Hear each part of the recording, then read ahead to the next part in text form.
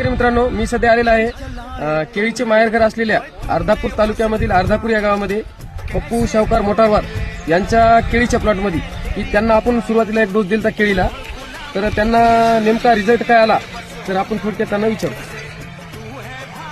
माझं नाव सत्यविनायक बालाजीराव मोटरवार, मला पप्पू मोटरवार नावाने ओळखतात.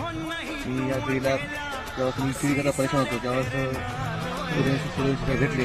आमचे मित्र प्रताप माटे भेटले, त्यांनी सांगितलं बाबा ही तिरंगा जैविकचे प्रोडक्ट वापरून बघा, त्या केळी फरक पडते. कारण मी केळी मोडायच्या मागं होतो.